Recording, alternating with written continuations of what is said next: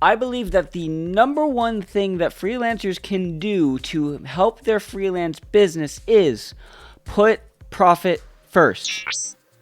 All right, profit first. It's basically a concept from one of my favorite books, Profit First by Mike Michalowicz, where you pay yourself and your business first before you spend any money to produce the work. That's the simplest way to think about it. And the reason why I wanted to make this video is I created a super duper modular procedural spreadsheet that is linked in the description down below that you are welcome to download and try. That includes relevant, mildly industry standard rates for certain jobs in the creative fields, and I wanted to factor that into a profit first mentality pricing system so that when an artist gets a client with a budget, you can make some money on top of it without going through all of your funds. And if projects go sideways, then you can spend a little bit of the extra profit that you set aside to make the work exactly where their client needs to be. So, with that out of the way, let's dive into this spreadsheet.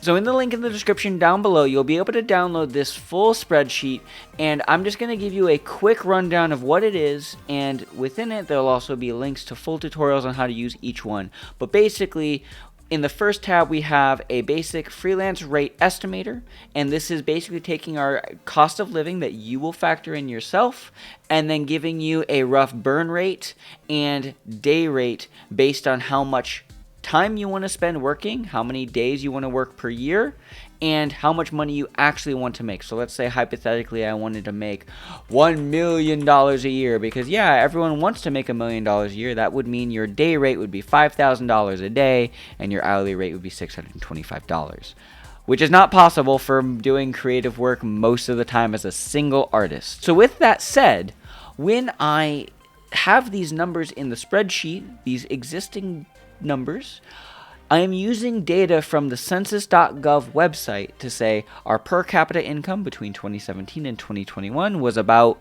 $37,000. So I just was like, hey, estimated cost of living to hit somewhere around $37,000 right here. So this is taking all these categories and giving us a annual cost of living and a cost of living per month. And then if we wanted a target income of 70K, which is the household median income, it would be around 70K. So I'm not saying that you should charge these rates at all. In fact, please don't. I am not responsible for any financial advice. I am purely using these numbers from the United States Census.gov economic statistics thing to help us get a guideline of what rates could be if we were to make the averages. Now, before we go into rates and pricing out an example project, we need to give credit where credit is due. I want to shout out my friend Sam Snyder at Camp MoGraph 2023. She was so kind as to put together a producer workshop.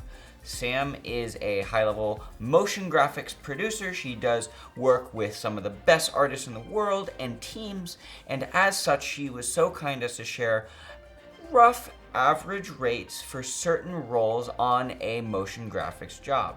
On top of that, I've had experience working with other DPs and other industry professionals, and I have asked, hey, how do you feel about me sharing not your rate specifically, but just like a rough range of what this service generally costs. You can find that on the 2024 data module in this spreadsheet.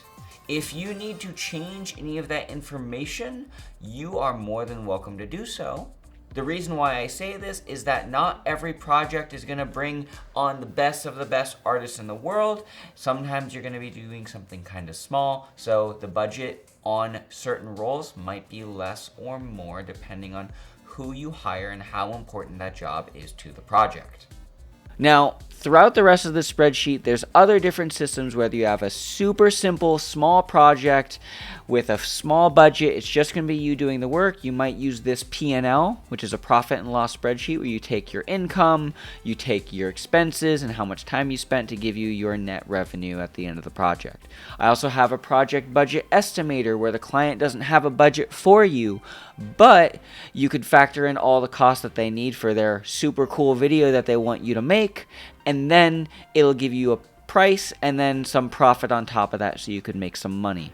But the problem with this model is that a lot of the time, or in fact all the time, no one likes surprise bills. Surprise bills are basically, why are you charging me this much? I didn't expect to pay this much.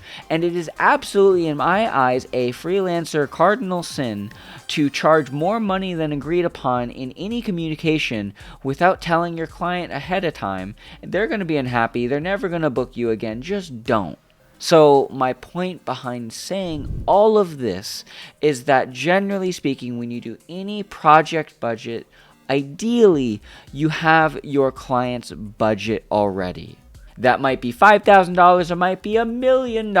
I don't know what that rate is for a client, but what I'm trying to say is that you should get a budget from your client. So let's say hypothetically a client comes to you and you have a project that you could do for them, and they have a budget of $10,000 right there. And now profit is basically the difference between what it costs to make the work and the money left over. We can get really nuanced into how to increase your profit margins and whatnot, but long story short, anything in white in this spreadsheet, I suggest you change. So we have a $10,000 project, and let's say, just to make the math really easy on us, we're going to set this to 20% instead of 15%, which means 20% of $10,000 is $2,000. Now, let's say, hypothetically, we estimate that the project will take us about 50 days, just hypothetically. If we estimate this project will take us 50 days right here, it's going to go yellow. Why is that? Well, based on our existing standard freelance rate, which is based on this sheet right here, if we spend 50 days at this rate, we're not going to make money. We're going to lose money, which is why this is yellow. So, how do we know how many days to do? Well, if we look at these values and these cells right here, target days on project, 23 days. So if I set this to 23, it's now white, which means that, hey, if we do this $10,000 project in 23 days, we will make our day rate and some profit. But wait, there's more. If you look at the estimated due date, big fat red number. Why is that? Well, if we look at the delivery date of this project, it is basically saying this is what the client's due date is, and based on our day rate, it will take us more time to do the work at this profit margin, and we're going to be past the due date. And that's also a big client cardinal sin, and therefore this is red. But if we say we want to increase our profit margin, as in we make more money on this project for less work, let's say we set this to a 40% profit margin, the estimated due date is now faster. Big clunk. My Wrath of the Lich King freaking displate fell off the wall, and that makes me really sad, and I think it just totally put a hole in my hardwood floor.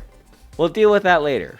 Now, we're making a bigger profit margin, but now this value is yellow again, and it's because our target days went down. So that means if we set this value to 17 days, we need to do the project in less time, but now we will deliver the project sooner than when the client needs it by.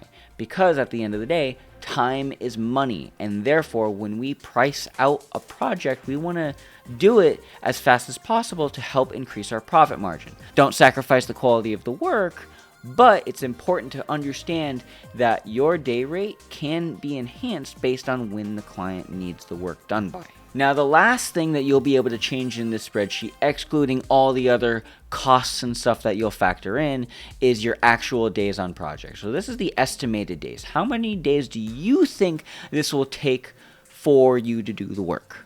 Now, the actual is how many days did you actually spend doing the work? Let's say the project is done, the project is complete, and you spent exactly 17 days doing the work. So if you plug in 17 right here, there's a boo-boo. This seems off. It doesn't actually match our profit margin up here. Well, actually, I did make a little bit of a boo-boo.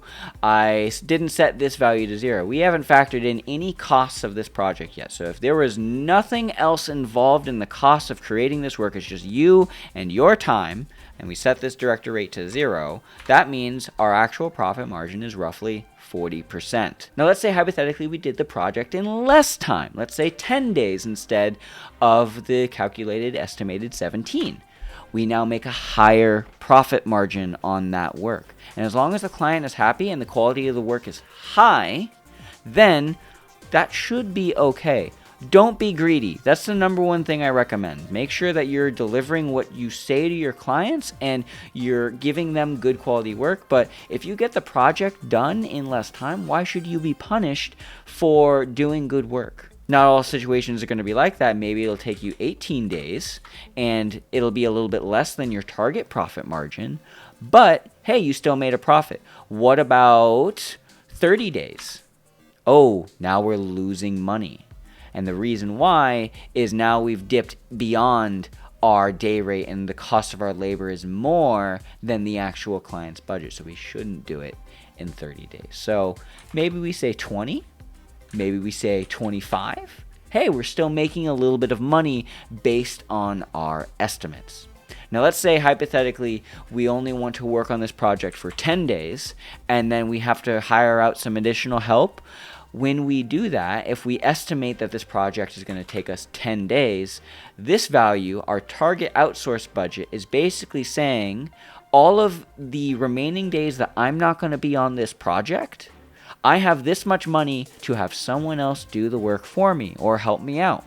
So then I can go in and be like, all right, I have $2,500 here. Let's go to my costs and then look at my post producer. I need to bring on a post producer for, let's say, 3 days. So let's say there, and then an editor for 5 days right there. Oh, wait, if I go above my estimated cost here and I scroll up, hey, look, something's happening.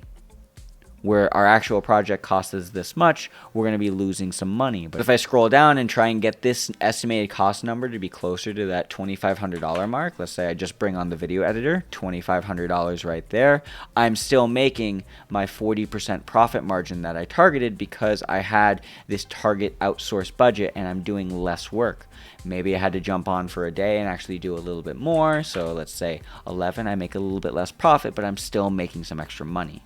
So, long story short, I have spent way too long on this spreadsheet, but I wanted to share it with you, and I hope it is valuable because at the end of the day, the best thing you can do for your freelance career and being a successful artist that also runs a small business or a large business is to know your costs, anticipate some profit on the front end rather than the back end, so then you can make projects money and reinvest back into your business.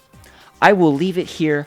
I hope you learned something. I hope I stir the industry pot a little bit because at the end of the day, I believe the number one thing that artists need to understand is their costs. And I believe that the big things that studios need to understand is not all projects are these giant things. So there's a balance between both worlds. And I think it comes down to understanding a little bit of math. And I hope this tool helps with that math.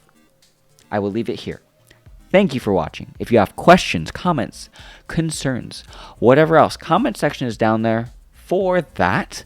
And I will leave you with the final tip, and that is to eat 1 gram of protein per pound of body weight, and you'll make some. Goodbye, my friends. Bye.